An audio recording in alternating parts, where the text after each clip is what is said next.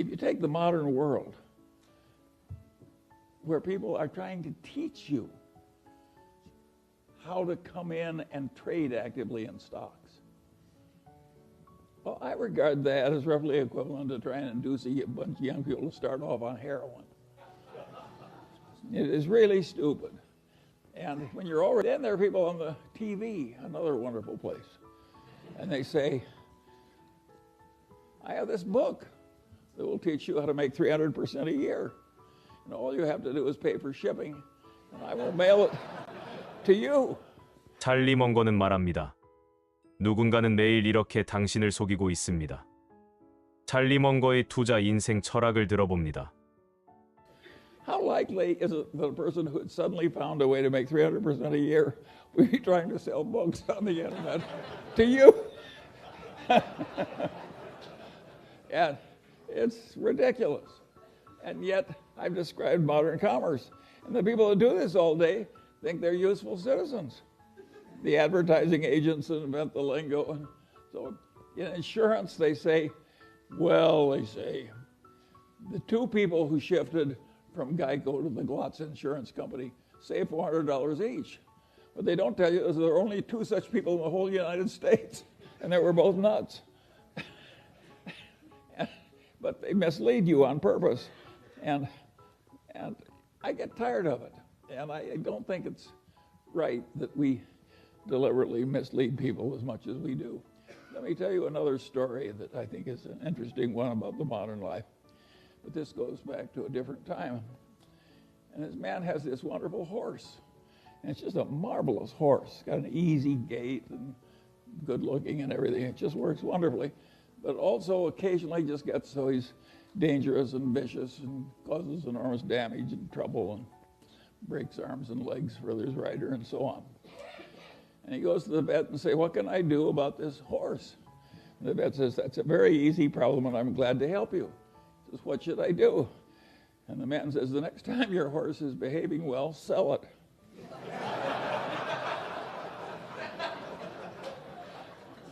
Well, think of how immoral that is. And haven't I just described what private equity has to do? When private equity has to sell something that's really troublesome, they hire an investment banker. And what does the investment banker do? He makes a projection. You can't, I have never seen such expertise in my whole life as is created in making projections in investment banking. There is no business so lousy it can't get a wonderful projection. But is that a great way to make a living, to have phony projections and use it to make money out of people you look right into the eyes of? I would say no.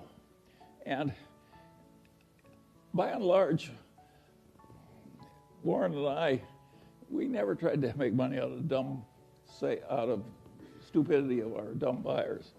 We tried to make money by buying. And if we were selling horse shit, we didn't want to pretend it was a cure for arthritis. And I think it's better to go through life our way instead of theirs. And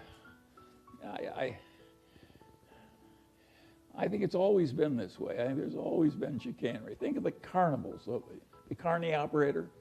Think how much trickery there is in a carny operation. And people just seek out the weaknesses of their fellow man and take advantage. And you have to get wise enough so you avoid them all. And you can't avoid them if they're in your family. I have no solution to that one. But where you have a fair choice, there are just so many people that should be avoided. Peter Coffin is always telling me if the crooks only knew how much money you could make by being honest, they'd all behave differently. Warren has a wonderful saying I like. He says, if you take the high road, it's never crowded. and it's worked. Take the Daily Journal Corporation. We made quite a few millions of dollars out of the foreclosure boom because we published legal notices and we dominated the publication of foreclosure notices in the worst real estate depression in the history of modern times. And we could have raised our prices at the time and made more tens of millions of dollars. But we didn't do it. You know, when your fellow citizens are losing their damn houses in the worst recession, Charlie Munger, billionaire, raises prices. If it would look lousy on the front page of the paper for people around the store, should you do it? And the answer is no, of course not. Particularly when Warren always said it's probably always a mistake to marry for money, and it's really stupid if you're already rich.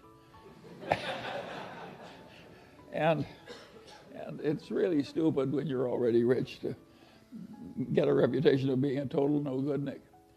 Rick Guerin always loved the story about the guy who had been a total miscreant all his life, and he died, and the minister said, now is the time in the funeral ceremony when somebody says something nice about the deceased. And nobody came forward, and nobody came forward, and nobody came forward. Finally, one guy stood up. He said, well, he said his brother was worse.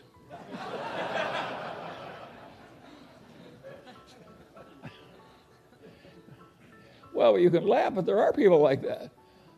When Harry Cohn died here, the saying was everybody went to the funeral to make sure he was dead. and so there are a few simple truths that really work. And when it gets to this difficult business the Daily Journal is in, I would say it is a real pleasure to be serving these courts and agencies. They need the automation. Other people are trying to take advantage of them in ways that we aren't. And we're struggling against the odds, a little tiny company. And we're taking a lot of territory. It's slow going, but the prospects are good. And of course, the nice thing about being rich is it doesn't matter if it's a little slow. And how did we get rich? Well, we remembered Grandpa Ingham, and when one of the few opportunities came along, we reached out and seized it. Think of how your life works. 찰리 먼거는 말합니다. 돈이 전부라고 믿는 순간, 우리는 인생에서 가장 중요한 것을 잃습니다. 진짜 부는 양심을 지킬 때 찾아옵니다. 그리고 그는 확신합니다. 정직하게 부자가 되겠다는 믿음만 있다면 속도가 느려도 결국 도달하게 된다.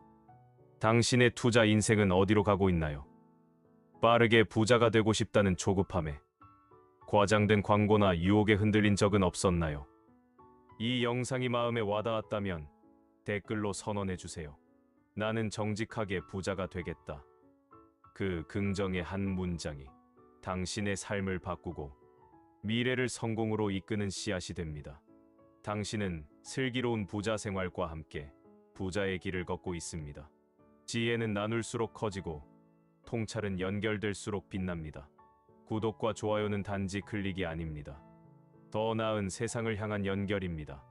고맙습니다. 오늘도 슬기로운 하루 되세요.